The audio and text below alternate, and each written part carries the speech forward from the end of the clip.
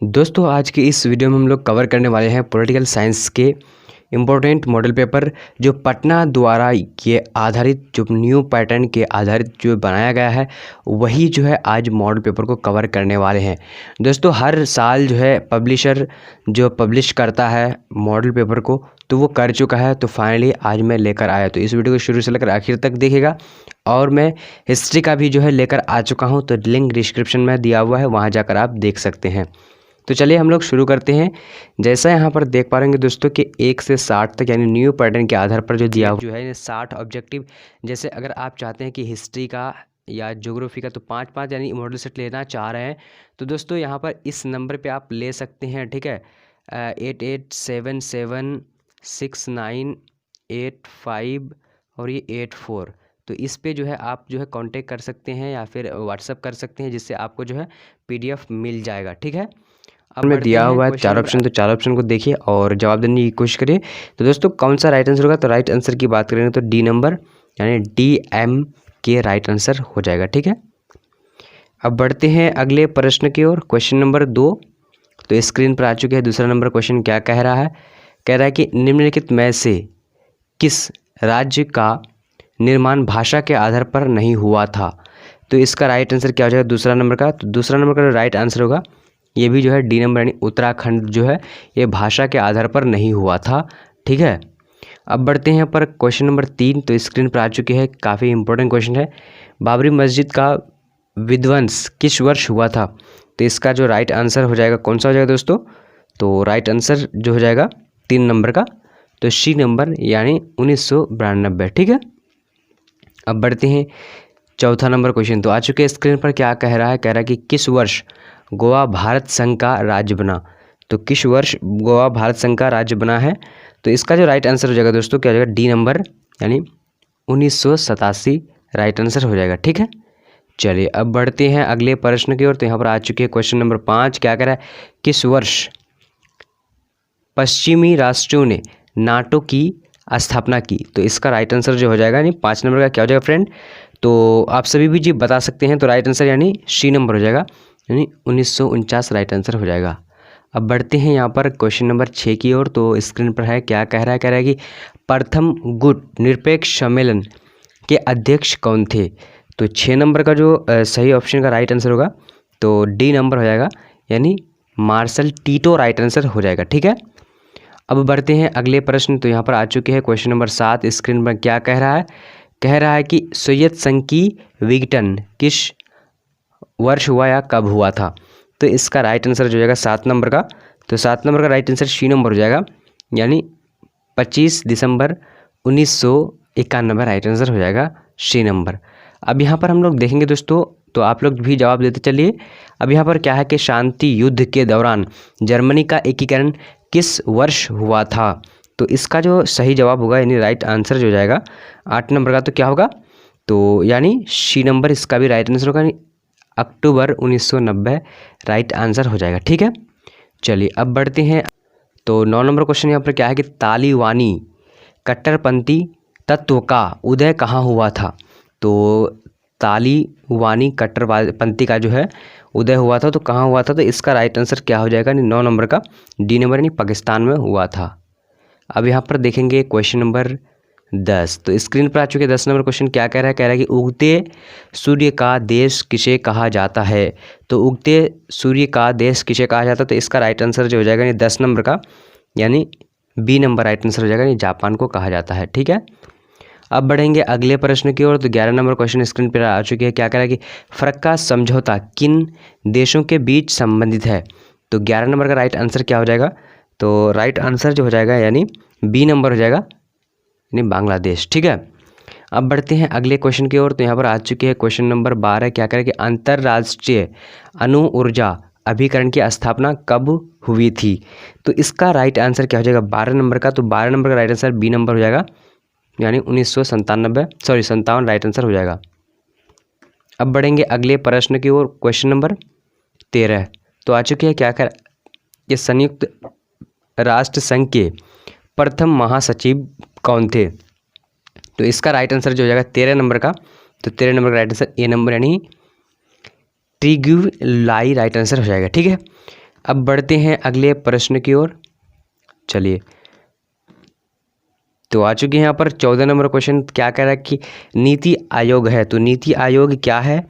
तो इसका जो सही जवाब होगा राइट आंसर यानी बी नंबर हो जाएगा, गैर संवैधानिक निकाय, राइट आंसर हो जाएगा। ठीक है, अब बढ़ते हैं यहाँ पर क्वेश्चन नंबर 15। तो स्क्रीन पर आ चुके हैं। क्या कह रहा है कि गुण निरपेक्षता की नींव रखने में किस भारतीय नेता का प्रमुख भूमिका थी?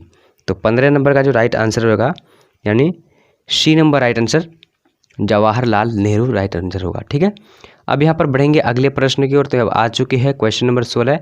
कांग्रेस का विभाजन किस वर्ष हुआ था? चलिए सभी स्टूडेंट जवाब दीजिए, सभी कोई फटाफट कोशिश करिए जवाब देने की। तो 16 नंबर का जो राइट आंसर हो जाएगा क्या हो जाएगा? सी नंबर राइट आंसर यानी 1969 को हुआ था। अब बढ़ते हैं अगले क्वेश्चन की ओर। तो यहाँ पर आ चुके हैं 17 नंबर क्वेश्चन। क्या कह रहा है? किसने कहा था Indira is India Indian is Indira? तो किसने कहा था कि इंदिरा इज इंडिया या इंडिया इज इंदिरा? तो किसने कहा था? तो इसका राइट आंसर जो है 17 नंबर का, तो सी नंबर राइट आंसर यानी देवकांत बड़ुआ राइट आंसर हो जाएगा। अब बढ़ते हैं अगले प्रश्न की ओर। तो आ चुके हैं क्वेश्चन नंबर 18। सरदार सरोवर योजना किस नदी पर स्थित है? तो 18 नंबर का जो राइट आंसर हो जाएगा यानी राइट आंसर सी नंबर। ठीक है, सी नंबर नर्मदा नदी राइट हो जाएगा। अब बढ़ेंगे यहाँ पर 19 नंबर क्वेश्चन। क्या कह रहा है कि सूचना का अधिकार कानून भारत के किस वर्ष लागू हुआ था? तो इसका सही जवाब क्या होगा 19 नंबर का? तो राइट आंसर डी नंबर यानी right answer D 2005 right answer हो जाएगा। अब बढ़ते हैं क्वेश्चन नंबर 20। तो स्क्रीन पर है 20 नंबर। निम्नलिखित में से कौन सा राजनीतिक एवं सामाजिक क्षेत्र कश्मीर राज्य का भाग नहीं है? तो इसका सही जवाब यानी राइट आंसर जो हो जाएगा कौन सा हो जाएगा? तो 20 नंबर का राइट आंसर सी नंबर यानी मुजफ्फराबाद, राइट आंसर मुजफ्फराबाद हो जाएगा। अब बढ़ते हैं यहाँ पर 21 नंबर क्वेश्चन। स्क्रीन पर क्या कह रहा है कि यूरोपीय संघ का मुद्रा है? तो यूरोपीय संघ का मुद्रा क्या है? तो 21 नंबर का जो राइट आंसर हो जाएगा सी नंबर राइट आंसर नहीं, यूरो राइट आंसर हो जाएगा। ठीक है, यूरो। अब बढ़ते हैं 22 नंबर क्वेश्चन की ओर। तो स्क्रीन पर 22 नंबर आ चुकी है। क्या कह रहा है? कह रहा है कि सुरक्षा परिषद के कितने सदस्यों को निशेष अधिकार सीटें यानी वोट प्राप्त है? तो इसका राइट आंसर क्या हो जाएगा दोस्तों? यानी 22 नंबर का जो राइट आंसर हो जाएगा बी नंबर यानी 25 राइट आंसर हो जाएगा। अब बढ़ेंगे अगले प्रश्न की ओर। तो अगला यहाँ पर आ चुके हैं। क्या कह रहा है? निम्नलिखित में से कौन सा सार्क दक्षेश का सदस्य नहीं है?